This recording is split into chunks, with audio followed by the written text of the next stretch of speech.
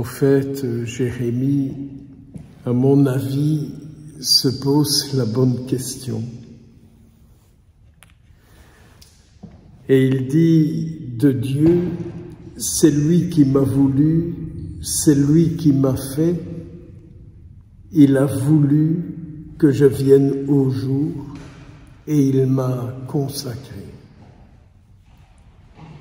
Ne pourriez, vous et moi, ne pourrions-nous pas, aujourd'hui, dans notre prière, tout simplement de dire au Seigneur, mais tu m'as consacré pour être quoi là où je suis.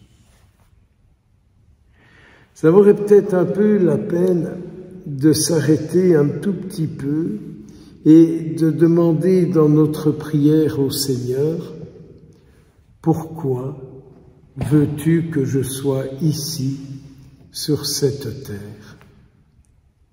Qu'attends-tu de moi?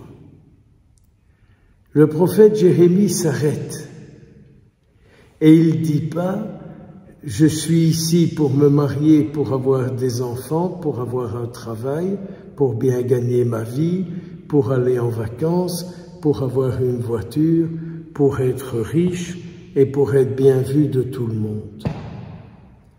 Jérémie tourne son dos au monde, il regarde Dieu et il lui dit finalement, toute ma vie, elle dépend de toi. Nous ne pourrions pas dire ça aujourd'hui. Seigneur, toute ma vie, elle dépend de toi. Oui, tu m'as voulu, oui, tu m'as façonné dans le sein de ma mère, oui, tu m'as consacré, et tu veux, à travers ma vie, que tu puisses parler dans le monde. N'avez-vous pas envie de dire ça au Seigneur? À travers ma vie, tu désires parler au monde. Alors regardez les relations que vous avez, hein, et regardez comment dans les relations que vous avez, le Seigneur peut parler, il peut exister. Il a une parole de vie, il a une parole d'espérance, une parole de présence, une parole d'accompagnement. À travers vos paroles, comment Dieu s'exprime-t-il? C'est vrai pour vous, c'est vrai pour moi.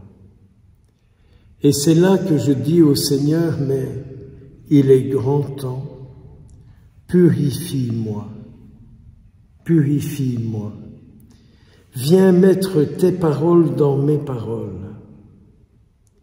Et alors j'aurai une parole d'autorité qui pourra détruire et qui pourra construire et qui pourra planter.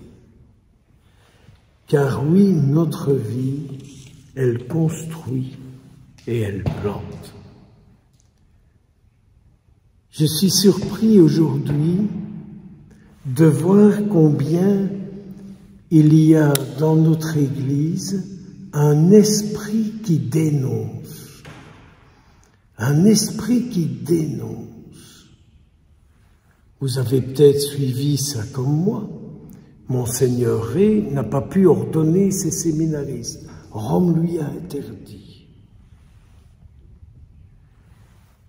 Le diocèse de Strasbourg, dans ce diocèse-là, Rome est occupé de faire une enquête, parce qu'on est venu raconter des trucs à Rome.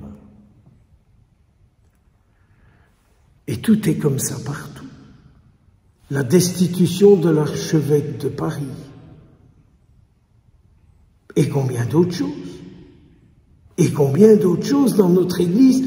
Il y a des gens qui vont raconter des trucs et ils sont écoutés dans les dénonciations qu'ils font, qu'ils disent. Je m'avance au risque de ramasser un coup sur ma tête. C'est comme ça dans les paroisses. On caquette. C'est comme ça dans le vicariat. on caquette sur des personnes, sur des prêtres. Et le mal qu'on diffuse est écouté. La vocation chrétienne, est-ce de démolir ou de construire? C'est quand même drôle qu'il y en a qui sont certains d'avoir l'Esprit Saint pour en accuser d'autres.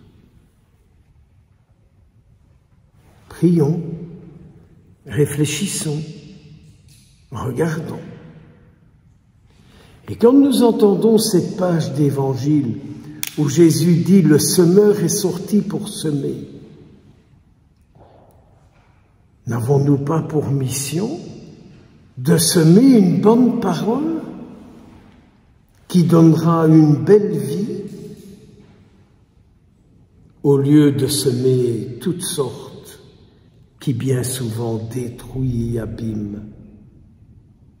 Si nous demandions au Seigneur de savoir semer une bonne parole dans le monde d'aujourd'hui, peut-être qu'on ne passerait pas son temps à dénoncer, à critiquer, à juger, à colporter. Quand j'entendais cette parole du Seigneur, Jésus, je me disais, mais est-ce que je suis une terre qui permet à ta parole de porter des fruits pour ceux qui cherchent une bonne nourriture?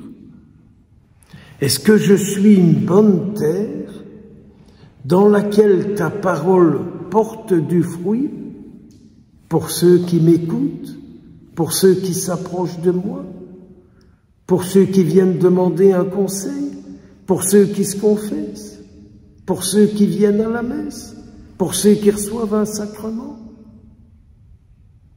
Seigneur, fais de moi une bonne terre, une terre qui n'est pas démolie par les mauvais esprits qui viennent rôder autour. Aujourd'hui, fête de Saint Apollinaire, qu'il intercède pour nous, ce grand martyr.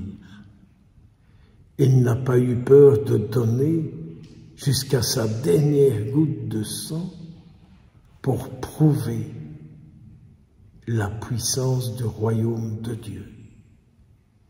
Ceux qui donnent leur sang au Christ est un sang qui n'aura jamais fini de se répandre pour que ceux qui le reçoivent en reçoivent la vraie vie.